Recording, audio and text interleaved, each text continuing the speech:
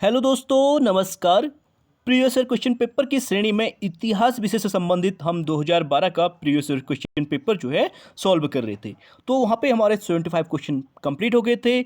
आज हम 76 से स्टार्ट करेंगे। उससे पहले प्लीज़ आप लोग वीडियो को लाइक कीजिए, शेयर कीजिए, सब्सक्राइब कीजिए। तो चलिए स्टार्ट करते हैं। आज का जो पहला क्वेश्चन है वो है मध्यकाल में चाचर भूमि से आशय था। तो मध्यकाल यानी मिडिल पीरियड में जो चाचर भूमि से आशय था उसका मतलब है जिसमें 5 वर्ष तक कुछ भी न बोया गया हो उसे चाचर भूमि कहा जाता था। यानी यहाँ पे जो है सी इसका राइट आंसर हो जाएगा। आप एक्सप्लेनेशन देख सकते हैं। भू राजस्व निर्धारण के लिए अकबर ने भूमि का वर्गीकरण जो है 4 भागों में किया था।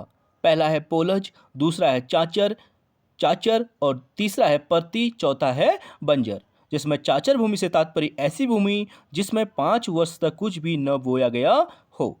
और पोजल वह भूमि होती थी जिस पर प्रति वर्ष खेती होती थी। या परती या पौरती वह भूमि थी जिससे उर्वरता प्राप्त करने के लिए कुछ समय के लिए छोड़ दिया जाता है। और बंजर वह भूमि थी जो 5 वर्षों से अधिक समय के लिए छोड़ दिया जाता था। अगला क्वेश्चन है हमारा, राज दरबार में भेजे गए ईस्ट इंडिया कंपनी के प्रतिनिधि के साथ कौन से सर्जन गए थे जो सम्राट फर्रुखसियर को उसके कष्टकारी रोग से मुक्त करने के लिए प्रयासरत हुए थे। तो इसका राइट आंसर आप देख सकते हैं। तो इसका राइट आंसर हो जाएगा सी, हैमिल्टन। ठीक है, सी यहाँ पर राइट आंसर हो जाएगा। यानी आप एक्सप्लेनेशन देख सकते हैं।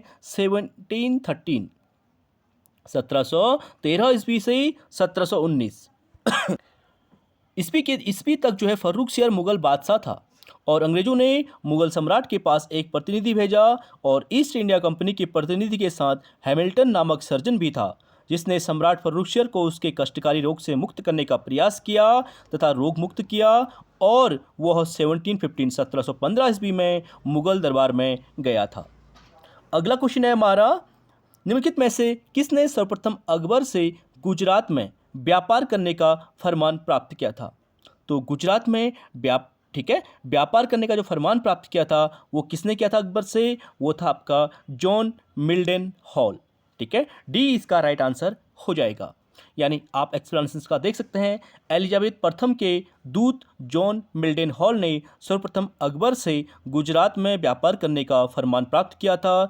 इसके अतिरिक्त रॉल्फ फिच फतेहपुर सीकरी और आगरा पहुंचा। वह भी एक अंग्रेज व्यापारी था। उसने विभिन्न भागों का भ्रमण किया और विलियम हॉकिंस जहांगीर के दरबार में आने वाला पहला ब्रिटिश राजदूत था। अगला क्वेश्चन है हमारा, सम्राट मुगल ठीक है, मुगल सम्राट के फरमान को कंपनी का मैग्ना कार्टा किसने कहा था। तो आप बता सकते हैं इसका राइट आंसर। तो मुगल सम्राट के फरमान को कंपनी का मैग्ना कार्टा कहा था ओरम ने। ठीक है, सी यहाँ पर राइट आंसर हो जाएगा। यानी सर्जन हैमिल्टन ने बादशाह फर्रुखसियर को भयानक बीमारी से ठीक किया था। और बादशाह ने खुश होकर 1717 ईस्वी में बंगाल में 3000 रुपये वार्षिक कर अदा करने पर कंपनी को उसके समस्त व्यापार में सीमा शुल्क से मुक्त कर दिया। और फर्रुखसियर द्वारा कंपनी के प्रदत्त फरमान को ओरम महोदय ने कंपनी का महाधिकार पत्र या फिर मैग्ना कार्टा की संज्ञा दी है। अगला क्वेश्चन है हमारा, शिवाजी ने पूना के आसपास के दुर्गों को किन वर्षों में जीता था। तो आप इसका राइट आंसर बता सकते हैं। तो इसका राइट आंसर हो जाएगा ए, 1645 से 47 के बीच। यानी शिवाजी की प्रगति का लेखा मराठों के उत्थान को प्रतिबिंबित करता है। और 1645 से 47 के बीच 18 वर्ष की अवस्था में उन्होंने पूना के निकट जो है अनेक पहाड़ी किलों राजगढ़, कोडना और तोरना पर विजय प्राप्त की। फिर 1656 ईस्वी में उन्होंने शक्तिशाली मराठा प्रमुख चंद्र राव मोरे पर विजय प्राप्त की और जावली पर अधिकार कर लिया था। अगला क्वेश्चन है हमारा, अधोलिखित में कौन स्वतंत्र अवध राज्य का संस्थापक था। तो स्वतंत्र अवध राज्य की बात कर रहा है तो उसका संस्थापक था आपका, ठीक है, तो बी राइट आंसर होना चाहिए यहाँ पे सादत अली खान।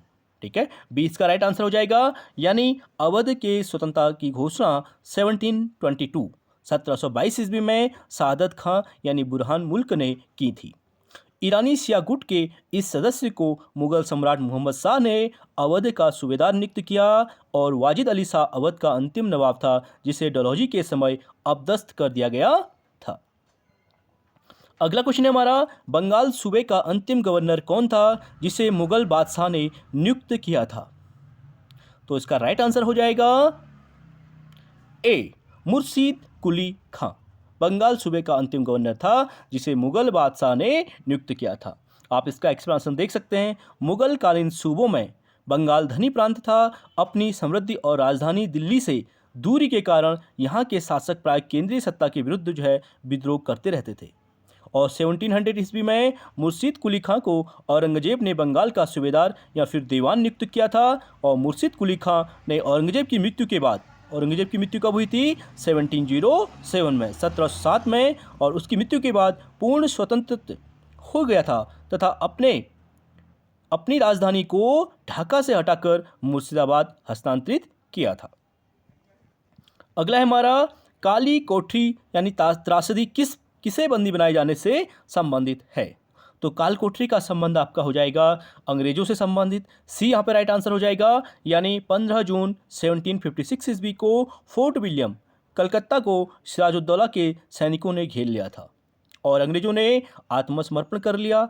सिराजुद्दौला ने आदेश पर सभी 146 बंदियों को 18 फुट लंबे और 14 फुट 10 इंच चौड़े कक्ष में 20 जून 1756, ये डेट इंपॉर्टेंट है, आप नोट डाउन कर सकते हैं इसको, ब्लैक होल की घटना के नाम से भी इसे जाना जाता है। यानी 20 जून 1756 ईस्वी को बंद कर दिया गया था और प्रातः केवल 23 व्यक्ति ही इसमें जीवित बचे थे। इसी घटना को काल कोठरी त्रासदी की संज्ञा दी जाती है। इस घटना की जानकारी अंग्रेज अधिकारी J.Z. हॉलवेल ने दी थी। क्योंकि ये घटना इसलिए हुई थी क्योंकि वहाँ पर जो कक्ष में बंद किया गया था वहाँ पर सफोकेशन था, ठीक है, ऑक्सीजन की कमी थी और सुबह तक जो है इतने व्यक्ति जो है वहाँ पर डेथ हो चुकी थी, ठीक है, लगभग सभी व्यक्ति की हो चुकी, 23 व्यक्ति वहाँ पे बचे थे। अगला क्वेश्चन है हमारा, बंगाल में द्वैध सरकार की स्थापना किसने की थी?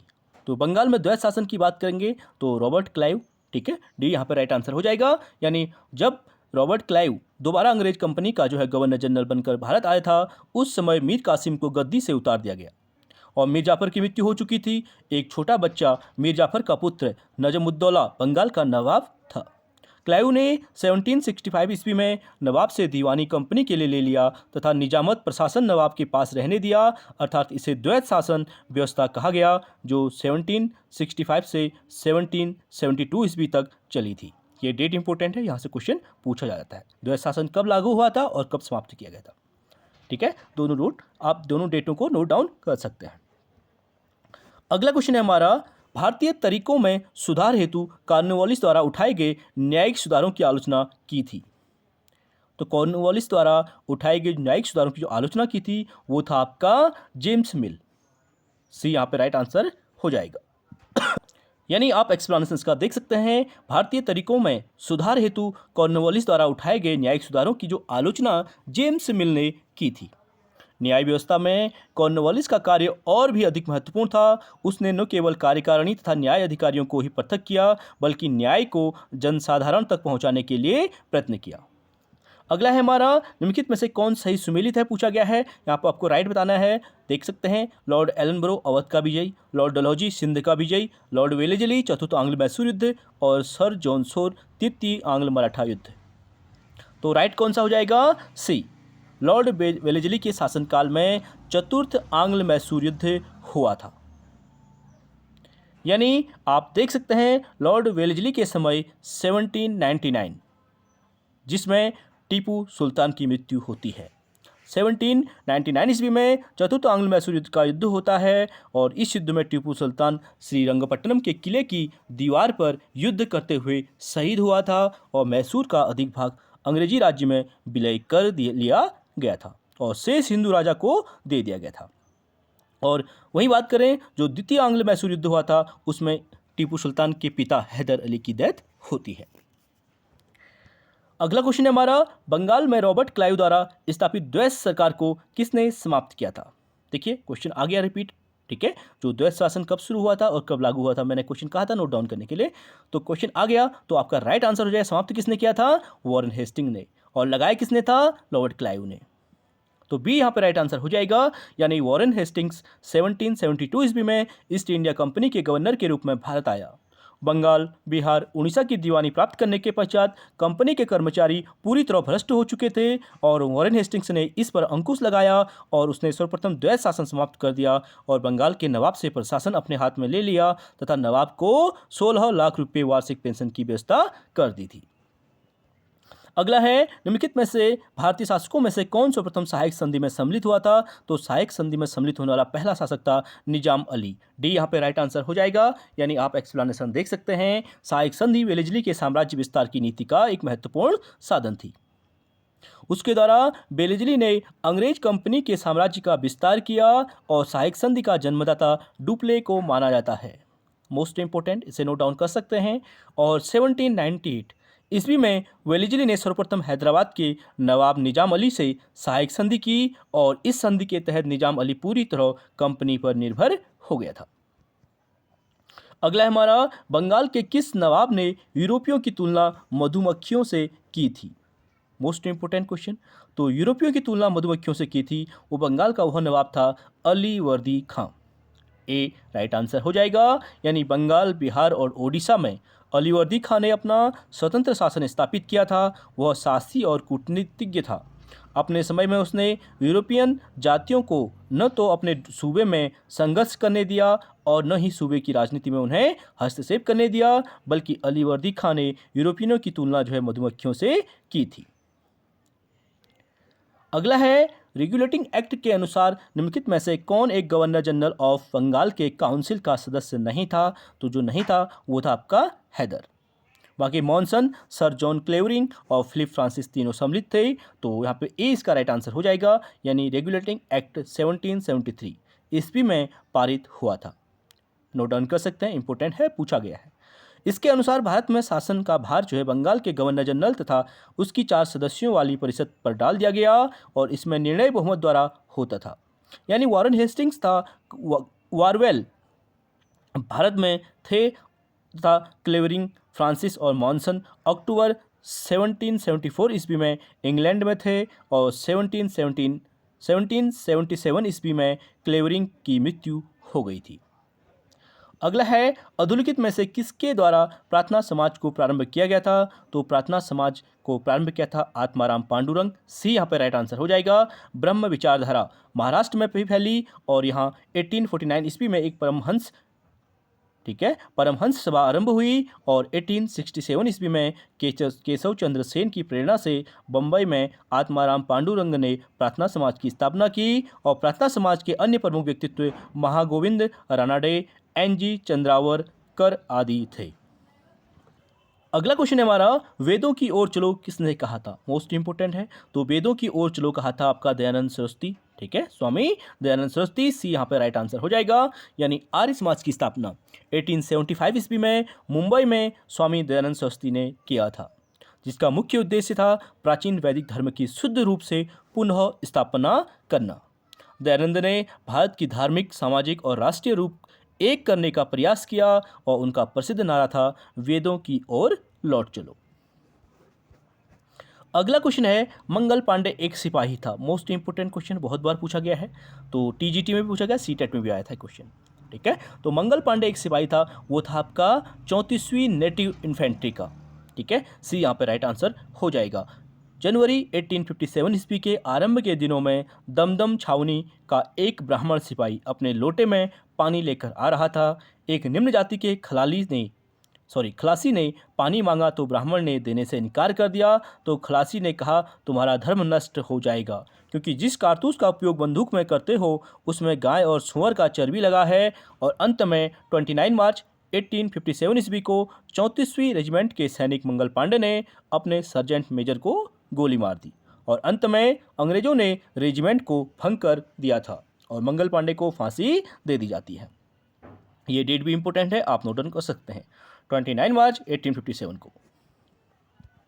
अगला क्वेश्चन है, भारतीय राष्ट्रीय कांग्रेस के उदारवादी युग में भारतीय ग्लैडस्टोन की उपाधि दी गई है। Most important question. तो भारतीय ग्लैडस्टोन की उपाधि जो दी गई है वो दादा भाई नौरोजी को। ठीक है, बी यहाँ पर राइट आंसर हो जाएगा। दादा भाई नौरोजी का जन्म महाराष्ट्र के एक पारसी परिवार में 1825 में हुआ था।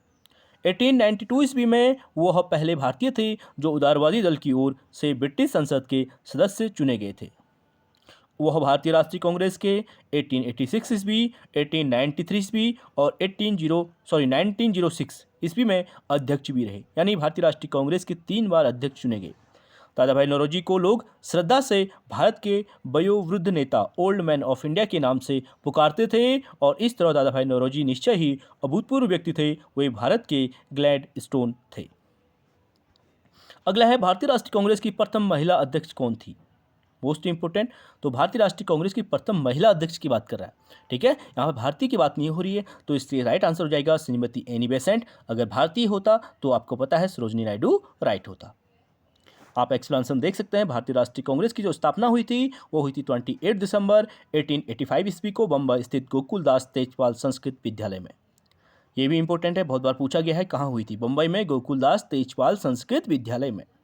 और प्रथम अधिवेशन में कुल 72 लोग उपस्थित हुए थे। मोस्ट इंपोर्टेंट, कितने लोग सम्मिलित थे? 72, जिसमें 1/3 पत्रकार थे। इसके प्रथम अध्यक्ष WC बनर्जी थे और कांग्रेस की स्थापना A.O. ह्यूम ने किया था। दोनों इंपॉर्टेंट है। अध्यक्ष कौन थे? व्योमेश चंद्र बनर्जी यानी WC बनर्जी, और स्थापना किसने की थी? A.O. ह्यूम ने, एलन ऑक्टेवियन ह्यूम। और कांग्रेस के 32वें अधिवेशन की अध्यक्ष श्रीमती एनी बेसेंट थी और यह अधिवेशन 1917 ईस्वी में कलकत्ता में हुआ था। अगला है निम्नलिखित में से किसने प्रारंभिक शिक्षा संघ को स्थापित किया था? तो प्रारंभिक शिक्षा संघ को स्थापित किया था आपका M.K. गांधी।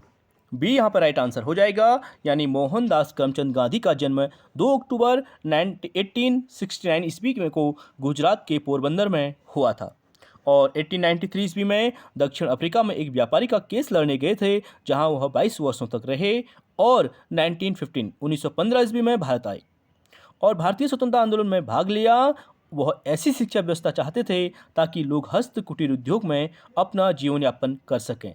उन्होंने प्रारंभिक शिक्षा संघ को स्थापित किया था। आपको पता है, अगर महात्मा गांधी को आपने अच्छे से रीड किया है तो उनको पता है उनका क्या उद्देश्य था। ठीक है, वो लघु और कुटीर उद्योगों को बढ़ावा देते थे और साथ ही आत्मनिर्भर जो भारत आज चल रहा है वो गांधी जी उस टाइम ही इसकी बात करते थे। अगला है हमारा, अपने कौन से अधिवेशन में कांग्रेस ने पहली बार देशी रियासतों के प्रति अपनी नीति घोषित की थी? तो वो की थी नागपुर अधिवेशन 1920। ठीक है, महाराष्ट्र। ए यहाँ पे राइट आंसर हो जाएगा 1920 में, और शायद अध्यक्षता की थी उस टाइम लाला लाजपत राय के द्वारा। तो ए यहाँ पे राइट आंसर हो जाएगा, यानी भारतीय राष्ट्रीय कांग्रेस का वार्षिक जो है 35वां अधिवेशन नागपुर में हुआ, जिसकी अध्यक्षता लाला लाजपत राय ने नहीं, वीर राघवाचारी ने की थी और जिसमें कांग्रेस ने पहली बार देशी रियासतों के प्रति अपनी नीति घोषित की थी। अगला है, इंग्लैंड में सार्वजनिक तौर पर वितरित करने के लिए 1930 ईस्वी में साइमन कमीशन की रिपोर्ट की पहली भाग की चर्चा का विषय था, तो वो था संवैधानिक प्रगति। ठीक है, यानी डी यहाँ पे राइट आंसर हो जाएगा। आप देख सकते हैं 1919 ईस्वी के भारत शासन अधिनियम में कहा गया कि प्रत्येक 10 वर्ष बाद एक संवैधानिक आयोग की नियुक्ति की जाएगी और इसी के तहत साइमन कमीशन का गठन किया गया था। यानी 1919 जो अधिनियम था उसकी जांच करने के लिए साइमन कमीशन भारत आया था। भारतीय राजनीतिक दलों ने इसका विरोध किया और साइमन कमीशन रिपोर्ट को इंग्लैंड में 1930 ईस्वी में सार्वजनिक किया गया, जिसका प्रमुख विषय था संवैधानिक विकास। और इसी साइमन कमीशन का विरोध करते हुए लाला लाजपत राय की डेथ हो जाती है। अगला है, मास्टर दा के नाम से किस क्रांतिकारी को जाना जाता था? तो मोस्ट इंपोर्टेंट, तो मास्टर दा के नाम से जाना जाता था सूर्य सेन को। सी यहाँ पे राइट आंसर हो जाएगा, यानी बंगाल में सूर्य सेन जो गांधी के असहयोग आंदोलन के प्रमुख नेता थे, ने इंडियन रिपब्लिक आर्मी की स्थापना की थी।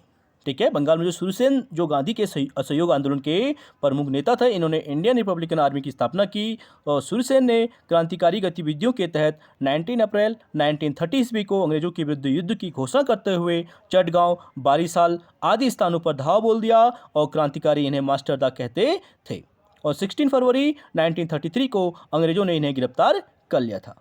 तो आज का अंतिम क्वेश्चन है 1907 ईस्वी में स्थापित Indian society of oriental art द्वारा प्रदत्त छात्रवृत्ति के प्रथम प्राप्तकर्ता कौन थे? तो इसका राइट आंसर हो जाएगा नंदलाल बोस। यानी आप एक्सप्लेनेशन देख सकते हैं। 20वीं सदी के पूर्वार्ध में भारत में जहां राजनीतिक उथल पुथल थी, वहीं सांस्कृतिक क्षेत्र में प्रगति भी हो रही थी, लेकिन बंगाल में जो है कला का विकास तेजी से हो रहा था। इसी क्रम में 1907 ईस्वी में स्थापित जो Indian society of oriental art द्वारा नंदलाल बोस को प्रथम जो है छात्रवृत्ति प्रदान की गई थी। तो चलिए फ्रेंड्स, आज के लिए इतना ही। आई होप वीडियो पसंद आएगी। प्लीज़ वीडियो को लाइक, शेयर और सब्सक्राइब जरूर करें। Thank you so much.